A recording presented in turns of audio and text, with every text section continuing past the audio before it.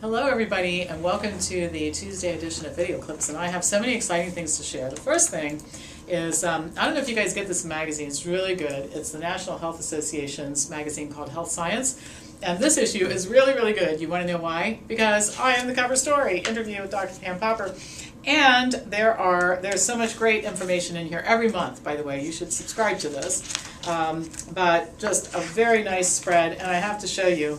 My cat made the magazine. My cat likes being famous. Schroeder loves being famous. And there's a picture of my dad at work at Wellness Farm Health. It's so cute. So anyway, they really did a great job. This magazine's always great. Health Science Magazine. You can go to the National Health Association's website and find out more about what they do. This group is sponsoring a weekend in Cleveland with some top speakers. I'm one of them in June. You want to be there if you possibly can. Great food, great talks. Joel Furman will be there. A lot of great people from the plant-based community. So anyway, just wanted to share that with you. Second thing is, some of you know this, we have been importing from China, from our partners in China.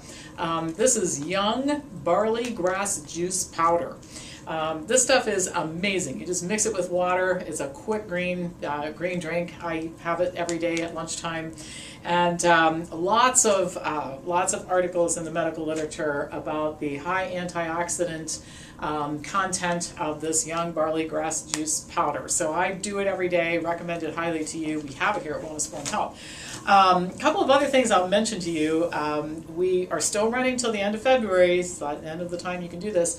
Buy 6 months of smoothie supplies and you get a free course. And also, we have a couple of great events coming up. Eileen Kapsaftis, our physical therapy partner from New York, will be in Columbus for 3 days and doing a workshop here on March 16th.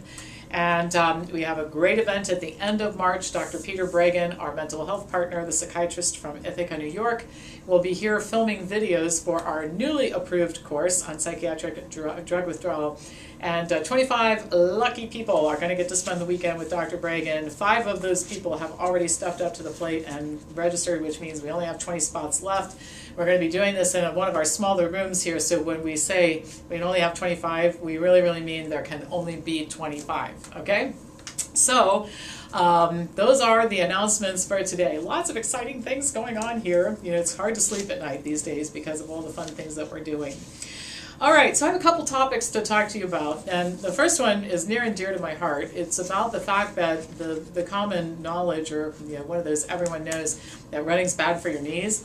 Actually not true at all. And the reason I say it's near and dear to my heart is that I run and I like running, and because I'm 60 years old, people tell me all the time, oh, you're not going to be able to do that forever. It doesn't, running bangs up your knees and you're going to end up having knee replacement, and people tell me all the time, well, I used to run but I ended up having knee replacement, or I can't run anymore because my knees are shot. So there's this big myth out there. It starts with everyone knows, and here's where I am on the everyone knows. When a statement starts with everyone knows, we know that it's probably wrong. I guess that's where I am right now. So everyone is wrong about this, because a new study actually shows that running lowers knee inflammation. It doesn't increase it. So researchers measured markers for inflammation in the synovial fluid in the knee joint of several healthy men and women between the ages of 18 and 35 before and after running. And what they were measuring was the levels of 2 inflammatory cytokines. Both decreased after 30 minutes of running. Now, when they took fluid samples before and after a period of time with the not runners, there was no decrease in inflammatory markers. So as a result, according to lead researcher Robert Heydahl, who's assistant professor of exercise science, running can protect joints and delay the onset of degenerative diseases like osteoarthritis. Author Matt Seeley says, quote, this study suggests exercise can be a type of medicine. Go figure. I mean, how many times have you guys heard me say this during the last several years? And he adds, it flies in the face of intuition. Well, it flies in the face of everyone knows. Now, this is not the only study that's shown that running doesn't damage joints. Another study compared 2 groups of runners. One of the groups averaged 26 miles per week and the other averaged just 2 miles per week. And so what the researchers wanted to look at is do you damage your joints more if you run more? And the answer was no. The researchers in fact concluded that in the long term and as people age, Physical activity, including running, results in less musculoskeletal pain than is experienced by more sedentary controls. The runners who ran 26 miles a week actually had a 25% reduction in the pain that they experienced as opposed to those who ran only 2 miles a week. Now, one study that got to be kind of famous was conducted at Stanford University, and it tracked runners who were members of a running club, and it compared them to non-runners for 21 years. None of the participants had arthritis when the study started. A lot of them did during the follow-up period. They developed arthritis.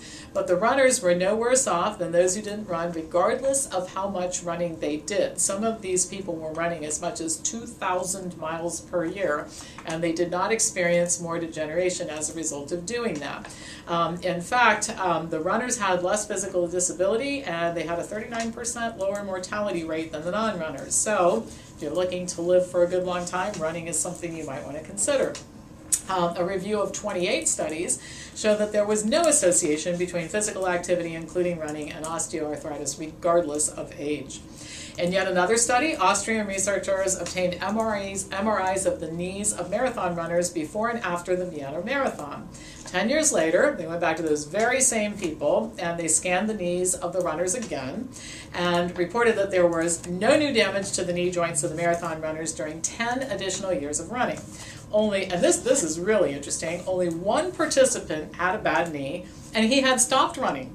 The not runner had cartilage lesions, swelling, and severe deterioration of the knee joint. So failure to run appeared to be the risk factor, not running. So the common wisdom is incorrect. Running is good for humans. In fact, we're specifically designed and engineered to do it because back in the day, our survival sometimes depended on the ability to outrun predators and to cover ground in a short period of time.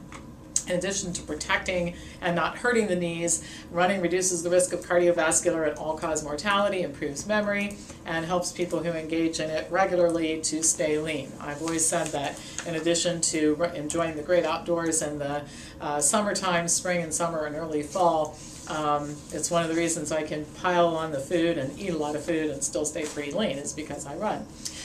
All right, so while we're on the topic of myths, let's cover another myth. It seems like we just always are talking about protein. It almost doesn't matter what you say. People come back to where do you get your protein, and carbohydrates are bad for you, and you guys hear this stuff all the time too. Many people, including several health professionals, continue to tell people that it's high carbohydrate foods that cause insulin resistance, and that is simply not true. Fat and protein do a far better job of causing insulin resistance. So a recent study included 14 lean, healthy people who were randomized to consume either palm oil or a placebo in order to evaluate the effect of saturated fat on markers of health.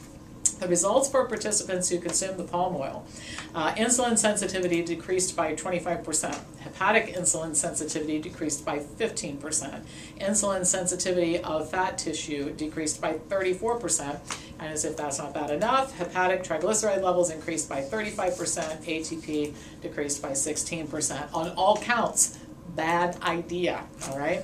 Eating palm oil also resulted in an increase in gluconeogenesis in the liver by 70%. Now this is a mechanism where glucose is generated from non-carbohydrate sources like amino acids in order to protect the body from having glucose levels drop too low.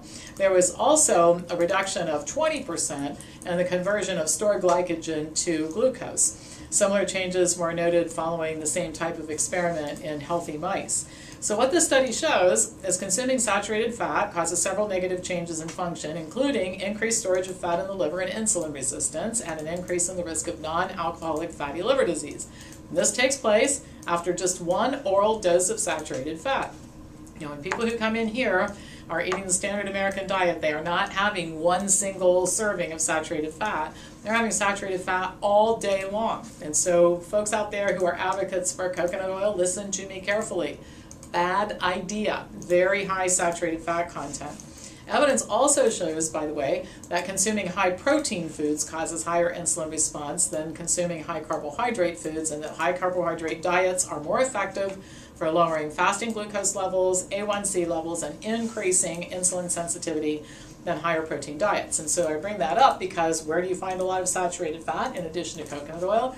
You find it in animal foods that are also high in protein.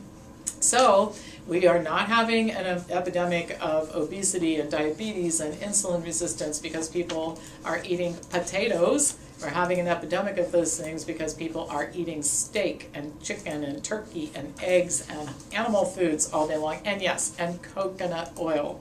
So potatoes aren't your problem, animal foods and high-fat foods are. So anyway, just keep debunking the myths. That's, I think, part of my job here every week.